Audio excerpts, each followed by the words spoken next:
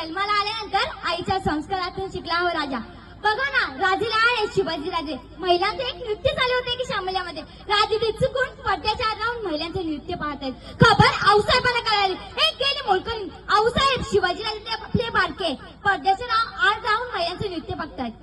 तडपले आऊसाहेब गेल्या महाराजांच्या समोर आणि बाळराजांच्या पाठीवर धपाडा टाकला. महासाहेब जिजाऊ शिवरायांना म्हणतात, राजे तुम्हाला बायका नाचवणारा शिवाजी व्हायचं नाही, तर राजे तुम्हाला बायका वाचवणारा छत्रपती शिवाजी महाराज व्हायचे. जगाच्या पाठीवर फक्त एक राजा आहे. अनेक राजे होऊन गेले त्यांच्या दरबारात बाईला नाचवलं गेलं. अनेक राजे होऊन गेले त्यांच्या दरबारात स्त्रीला नाचवलं गेलं. जगाच्या पाठीवर फक्त एकच राजा दरबार होऊन गेला, त्याच्या दरबारात बाईला वाचवलं गेलं. ते म्हणजे छत्रपती शिवाजी महाराज. अहो बघा ना, राज्याच्या पाटलानं स्वयं कस्तुरीची अब्रू लुटली. अब्रू गेली म्हणून त्या मुलीने विहिरीत उडी टाकली. अब्रू गेली, पतंगाने गेली पाटलांनी. राजे म्हणाले, राज्याच्या पाटलाला गिरफ्तार करा आणि माली समोर आणून उभा करा. राज्याच्या पाटलाला काने तलवारीच्या आवाज एक राजांच्या समोर आणून उभा केला. राजे म्हणाले, पाटील का वागलं तसं? पाटील म्हणाले, स्वयंची स्त्री म्हणजे आमची दौलत. आम्ही तुझी कधी अब्रू लुटू शकतो, आम्ही तिच्यावर कधी बलात्कार करू शकतो, ही आमची दौलत. तसं राजाने ऐकलं, तसं राजाची तलपायच्या आत मस्तकाला गेली. राजा तडकन उठलं. राजा म्हणाला, याचा डावा पाय उजवा पाय कलम करा, डावा हात कलम करा, याचा हात चौरंग करा आणि याला चौकात बसवा. राजाने आऊसाहेबांकडे बघितलं. आऊसाहेब, दिलेली शिक्षा योग्य तर की नाही? आऊसाहेब म्हणाला, याचं पाप इतकं मोठं, याला तुम्ही मृत्यूदंडच द्यायला होता, याला तुम्ही चौरंग करून चौकात कशासाठी बसवलं?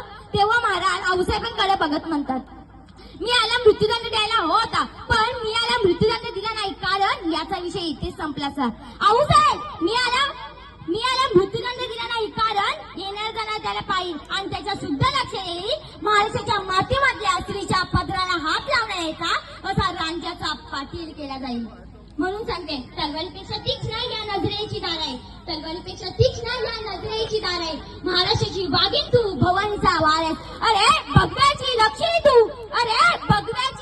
तू, स्वयंची मेक आहे. दुबली समजू नको तू स्वतःला, तुझी जाऊनची लेख आहे. दुबली समजू नको तू स्वतःला, तुझी जाऊनची लेख आहे. एक कवी मित्र एका ठिकाणी म्हणतात, वाईट वाटतं राजा या जगात जगावं लागतं, वाईट वाटतं राजा या जगात जगावं लागतं. आपल्याच आबरूची लक्तर आहे, आबरू झाकण्यासाठीच मागावं लागतं. आपल्या आबरूची लक्तर आहे, आपल्या झाकण्यासाठीच मागावं लागतं. आया बहिणी कुणीच आहे इथं नाती, आया बहिणी कुणीच आहे इथं नाती. शासन करण्याच्या तलवारीच्या गंजून गेल्या इथे पाठी, शासन करण्याच्या तलवारीच्या गंजून गेल्या इथे पाठी. आपल्या ते पोरग दुसऱ्याचं ताट म्हणावं लागतं. वाईट वाटते राजा या जगात जगावं लागतं, वाईट वाटते राजा या जगात जगावं लागतं.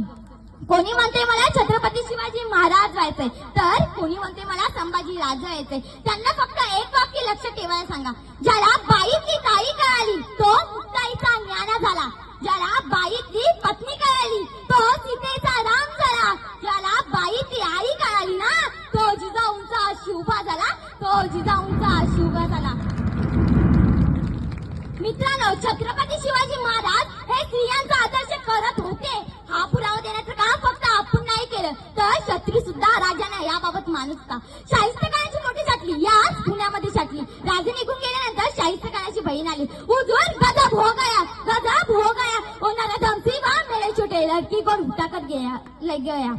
तेव्हा शाहिस्तेखान त्याच्या बहिणीला म्हणतो, चुप कर बकरी तुम, चुप कर. ओ सिवा किसी की उंगली काट सकता है, ओ सिवा किसी की गर्दन मार सकते हैं, मगर ओ सिवा किसी लड़की और औरत पर हात नहीं डाल सकता. झालं, राजा निघाला गोलकुंड्याच्या मार्गाने आणि आला राजा गोलकुंड्याच्या बादशाह. राजांचा हा संदेश गोलकुंड्याच्या बादशाला कळला. राजा येतोय, शिवाजी राजा येतोय, महाराष्ट्रातून येतोय. गोलकुंड्याचा बादशाह लगोलग जवळ आला. 100 किलोमीटर अगोदरच आला. राजांची पालखी थांबली. राजांना प्रश्न पडला, पालखी का थांबली? तेव्हा राजांनी पालखीचा पडदा उघडला आणि खाली उतरले. एक सरदार परत आला. सरदार म्हणाला, कुतुबशाह आलाय, जवळ आलाय, तुमच्या भेटीला आलाय. तेव्हा राजे म्हणाले, आमच्या भेटीला एवढ्या लांब? तो कुतुबशाह जवळ आला आणि राजांना म्हणाला, महाराष्ट्राचा राजा आमच्या भेटीला येतोय. तेव्हा राजा म्हणाला, आमच्याकडे हत्ती नाही, पण आमच्याकडे हत्तीची ताकदीचं माणसं नक्कीच जरूर आहेत. गोलकुंड्याचा बादशाह म्हणाला, हत्ती ताकदीचा माणूस कोण, याचा माणूस बघायचंच आम्हाला. आणि युद्ध मांडलं. माग उभा होता यसाजी कंक. महाराजांनी यसाजीच्या पाठीवर हात टाकला. अरे चल, राजांचा मावळा छत्रा काढून उभा करायला आणि झालं. मधमस्तकात ती कर्नाटकी होती त्याच्याकडं. एक खवळे हाती जवळ आला आला. येसाजीला सोंडीत पकडलं आणि वर उचललं. वर आकाशामध्ये उंच गेला. येसाजीने तलवार बाहेर काढली ना ती सोंडीवरती मारली. तिची सोंड तुटून मातीमध्ये खाली पडली. महाराष्ट्राच्या हत्तीला कर्नाटकच्या हत्तीला तिथं लोळवलं होतं.